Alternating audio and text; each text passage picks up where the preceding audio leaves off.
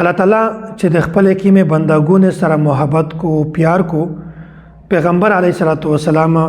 د یغه نشانات د یغه نقش د یغه علامات د هو شوی دي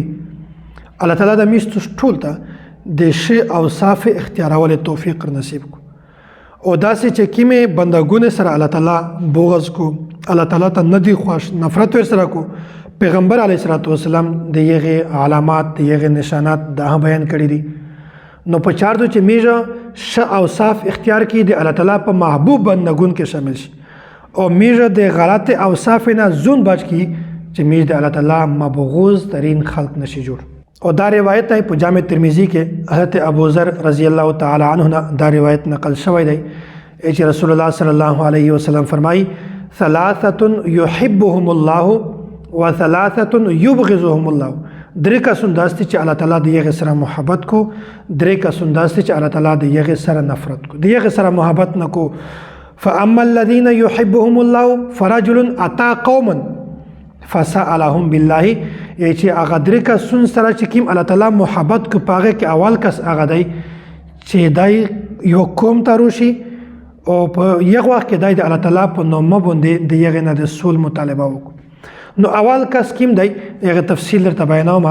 اول کس هغه دی چې یو کس په یو قوم کې وي په یو کلی کې وي د خلک سره نوستوي په یو مجلس کې نو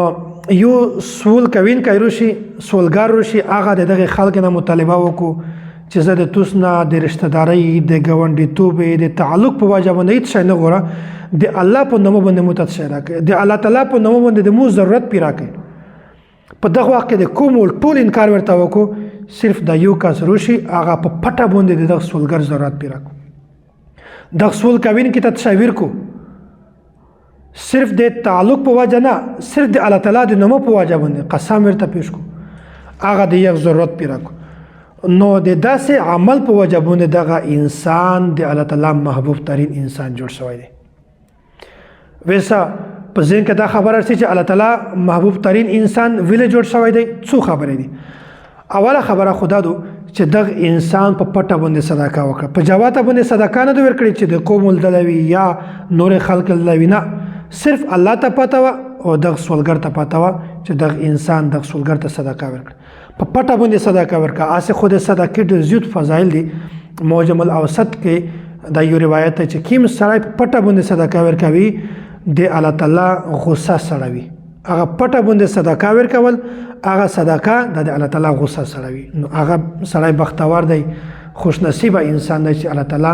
د یخ مبارکه غصه نه وي نو دا اوله خبره دومره خبره دا چې دغه انسان د الله تعالی د نوم احترام وک الله تعالی د نوم ادب وک الله تعالی احترام په زړه کې وو ځکه چې کا تعلق ورته پېښ کړی وای چې زه د ګاونډي یا زه د رشتہ دار یا بل ته شایبه خو ځون ته خبره و خو صرف د الله تعالی په نوم باندې سول ځنه کړی دی د الله تعالی په نوم باندې یو ضرورت پیرا کړی دی یا حاجت پیرا کړی دی نو ظاهره خبره دو دا دلیل دی دغه خبره چې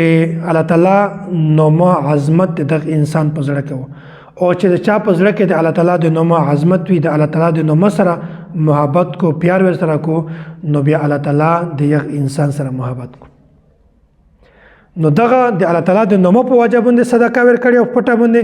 الله تعالی دغه نوم د برکت د وجه د انسان سره پیار کو او بل دغه انسان چې صدقه ور کوي په دغه وخت کې دغه د الله تعالی محبوب انسان په دا وجه هم جوړ شوی دی چې د دوی غاټه ګناه نه زون بچ کړی دی اوله ګناه څه دی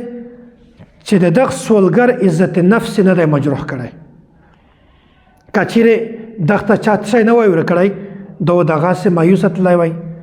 چې مت خو دمره کوم کې دمره خلق وصل کا سنوي 200 مت یو شای نه کراس نو خپل ذلت محسوس کړی وای رسواتو محسوس کړی وای نو دغه انسان په دغه کې صدقه هم ورکړه نیکی هم وکړه خداغه د ګناه نه زون بچ کې دغه انسان امداد هم وکړ ضرورت هم پیش کا عزت نفس مجروح نشه ذلیل نشه رسوا نشه ضرورت پیرش او دومره خبره پدا کې دادو چې دغه انسان د قوم ول رسوا نه کړ د قوم خلک ذلیل نه څوک داس نشي ورته ویلا یک قوم ولته چې تو سیواری پې نه کړه ور د انسان د یخ ضرورت پیرا کا زکه چې چل دلای نه دی